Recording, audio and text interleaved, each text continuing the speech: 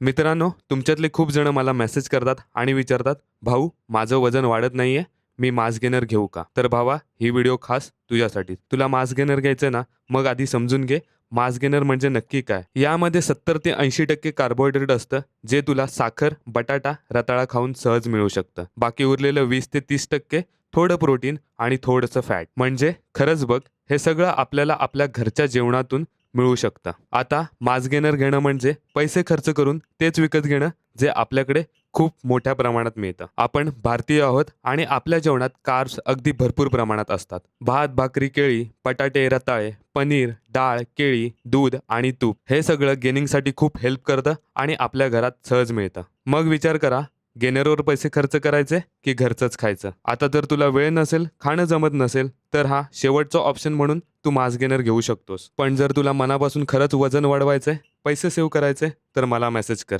मी तुला नक्की मदत करेन.